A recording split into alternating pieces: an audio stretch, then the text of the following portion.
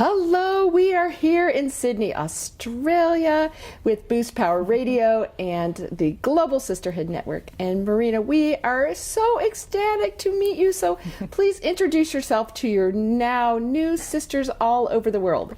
Amazing. So wonderful to be here. Hi, everyone. My name is Marina Passalaris, the founder and CEO of Beautiful Minds Australia. And we run amazing programs for girls and boys aged 8 to 17, focusing on confidence, self-esteem, and life skills. Well, I tell you, as I studied everything you're about, I was ecstatic. As a mother of a 16-year-old, almost 17-year-old girl, I was like, where have you been all my life? It's like, what were you doing in Australia? Please come to America. So tell everybody a little bit about your path. Like, where did you get a passion for helping really, I think, a most vulnerable group these days? Because as they're growing up with so much media and so many different things pushing and pulling on these teens, I think this is incredibly viable. So tell us a little bit about your path. So I had an interesting background. I really struggled as a teenage girl, and I just found that I had this amazing supportive family that absolutely loved and adored me, but for me, I didn't feel happy internally. And I don't know exactly if it was down to the fact that I struggled with teen acne, really bad teen acne, or whether I was just someone that was very sensitive and sort of picked up on a lot of things and struggled to get through teen years. And, you know, on the outside, I was very bubbly. I was popular, I had loads and loads of friends, but internally I was really battling. And I used to sit and think, you know, if I had this amazing support system of a family, which I did, how were the girls that didn't have that getting through it? And that was sort of something that I spent a lot of time thinking about. And when I left year 12, the only thing that I knew that I wanted to do was to be around really beautiful people, because in my head back then I thought if I could hang out with really beautiful people, hopefully some of their beauty would rub off on me. And so I got a job working on one of the top modeling agencies, and at the time we were booking models that were, you know, walking the runways of Fashion Week and that were going on the front cover of Vogue magazine. And after many years in this incredibly superficial world, I realized that these girls who were so exquisite actually hated themselves more than I did. And I had this aha moment where I just thought, you know, these women are coming to me, because I was very young at the time, and talking to me about the fact that they were self-harming and the fact that they were going for a photo shoot and they were getting raped by the photographer. And the agency was merely just saying things like, well, did you get a good shot? You know? Oh, goodness. Did you get the shot? Yeah. As long as you got the shot, let's not worry about that. So all this stuff was happening, and I got to a point in my life eventually where I thought, and by then I'd probably done a lot of healing work on myself, but I just thought, you know, why are we not talking more about how we feel and talking less about how we look?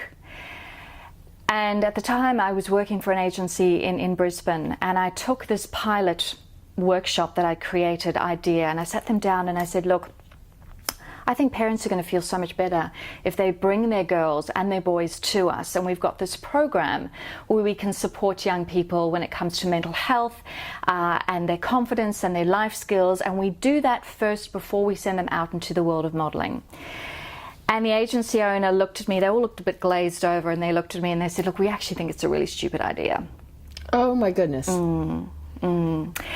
And you know, back then, and I'm talking 15, 16 years ago, no one in Australia was talking about mental health. We didn't bring it up. It was this ugly conversation that you just didn't have. And I quit the modeling job. I went to the local newspaper and I just said, look, I've got this fabulous workshop that I'm going to be running. I'm just running one, and if you can just do a story about it, that would be great. And they ran a double-page article in the local newspaper, and my phone didn't stop. And I remember sitting at home on my bed thinking, wow, there's a real need for this. You know, I've tapped into something, because parents were calling me just so concerned about what the young people were going through. And 16 years ago, it kind of just went from there. It was very grassroots, but I just knew that that was what I needed to do. Goodness, and now you serve 1.5 million kids, 3.5 million families. So then tell us, what was the path from that? Like, okay, this is taking off, I found something, but then how did you build the funding? How did you put together the team, you know, that shared that passion? Tell everyone, like, a little bit about the probably roller coaster, e-ticket ride from the concept to this amazing success and all the awards you've won, the books. So tell us a little bit more about that.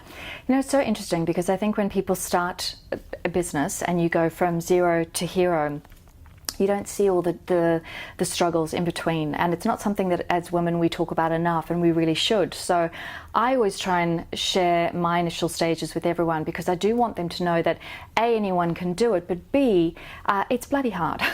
and you know, when I first started, I was freelancing as a makeup artist just to make extra money. I was working on Beautiful Minds from 9 until 5, and that was 5 days a week. But I also got a job working in a yogurt factory, the most unglamorous job in the world. But what I would do is I would get up at 3 a.m. every morning, and I would go into this ice cold factory, and I would wear these huge ugly boots and plastic pants and a cap that looked like I had I don't know, it was just terrible, this plastic cap on me. And I would manually pipe yogurt from 4 a.m. until 8 a.m. And I did that 6 days a week. And I did that so that I could fund the business, so that I could have the money to do the advertising and all that sort of side of things. And it was funny because at the time I was so embarrassed that I was, you know, having to work at this yogurt factory and having to do makeup artistry. But now that I'm older and, you know, 16 years on, and we've got almost 85 staff, I'm so proud that I did do that, that I kind of went at it with an attitude of, this needs to happen and how do I get it done? Well, I know, I just want to read some of your accolades. In 2018, nominee for Australian of the Year. That is huge. In 2017, the Westpac Bank Top 200 Businesses of Tomorrow. So many things. And, you know, you're a mental health trainer and suicide prevention expert, and you've got 2 books for teenagers. I do. Almost a third one. Almost a third. Third one's coming out in July. And what is the third one going to be? It's just this really gorgeous illustrated journal for, we're doing the young girls, and then the boys version will be coming out.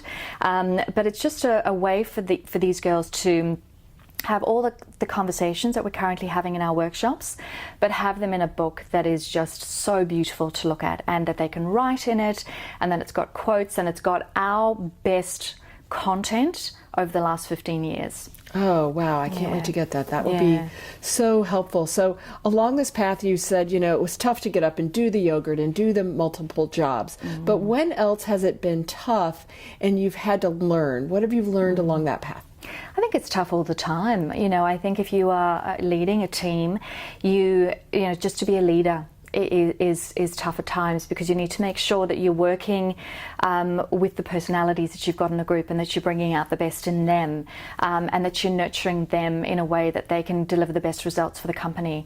And I think, you know, as a leader, we want at the end of the day to grow this team that is just amazing and that stays with me for a very long period of time. But, you know, I definitely think, you know, I have times where I doubt myself. You know, we get stressed if we have educators getting sick or flights getting missed when, you know, people need to go to schools. And because we're all over the country and we're in 935 schools now, and we run our own workshops, and we've just got stuff happening every single day, it definitely, you know, it can be a stress. And it's just making sure that the vision is still there and the why is still there, that doesn't get lost along the way. You know, why are we doing this?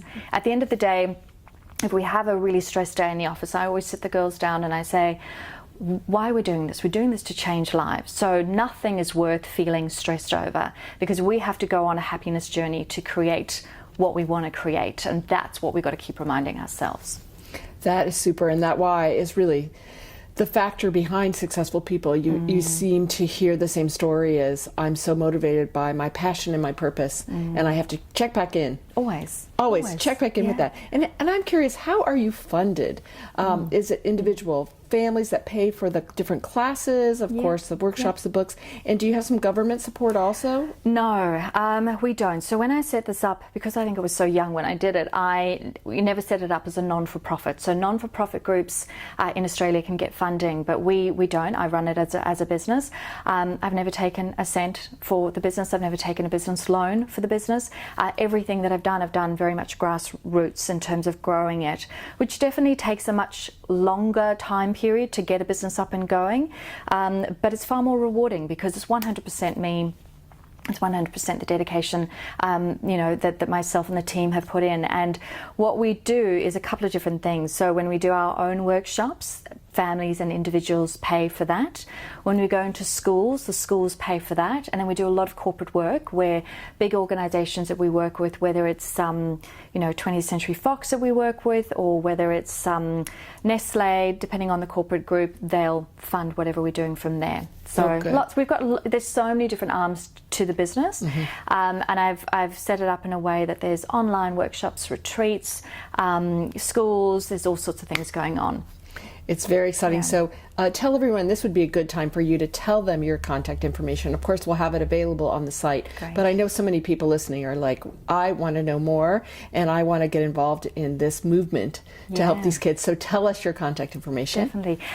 Best contact is we're on Instagram at Beautiful Minds, and we're on Facebook, which is just Beautiful Minds Australia. The website is beautifulminds.com.au. Perfect. So what are you excited about now? There's so much, but I think there's so much. We're doing clothing ranges and merchandise and mother-daughter retreats and all sorts of things. But I think the thing that I'm most excited about at the moment is we're just about to launch our amazing online program called Own It. And Own It has been developed by our team in Australia and an incredible team in America. We've been working with psychologists and parenting experts and the two teams for 2 years. So it's 2 years of blood, sweat and tears, and basically what it delivers, a 45-day online program for young people and families to be able to move forward and have the life that they want. So that's going to be really, really exciting. And that's going to be global. So that allows us to take our messaging, our expertise, and to be able to promote it to the whole world, which is it's going to be amazing. So that's happening in July.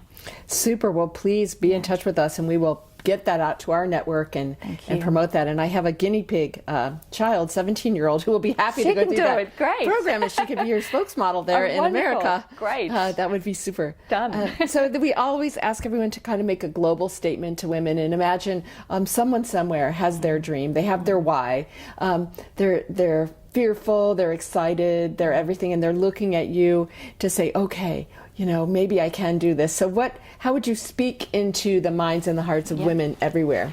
Look, firstly, I'm going to say to you that you can do it. You can do it. I wasn't smart at school at all. In fact, I hated school, and I never went to business college and didn't do all the things that you would think you would need to do to be able to run a team of 85 staff. I think that for women, we need to stop waiting for it to look so perfect. It's never going to look perfect. You've got something in you that that you've got a passion for, and that you've got a skill to be able to share with your community and to share with the world. It doesn't need to look perfect before you share it. Just go out there and back yourself that you can do this. Well, I think everyone who has listened to you and who can learn about Beautiful Minds and all the good work you're doing in the world, we're all just thankful. On behalf of the world of parents, I would like to say thank you, because there's no better job and there's no tougher job, I don't think, than really helping these young people in today's environment move forward into their best. And so we know that you have touched that for millions here in Australia, and that is just lucky to expand all over the world. And we are so happy to welcome you to the Global Sisterhood Network, and know that you have thousands of women now that can stand with you and beside you and cheer you on, and we'll all help you do this together. So thank you so much for being with us today. Thank you, everyone.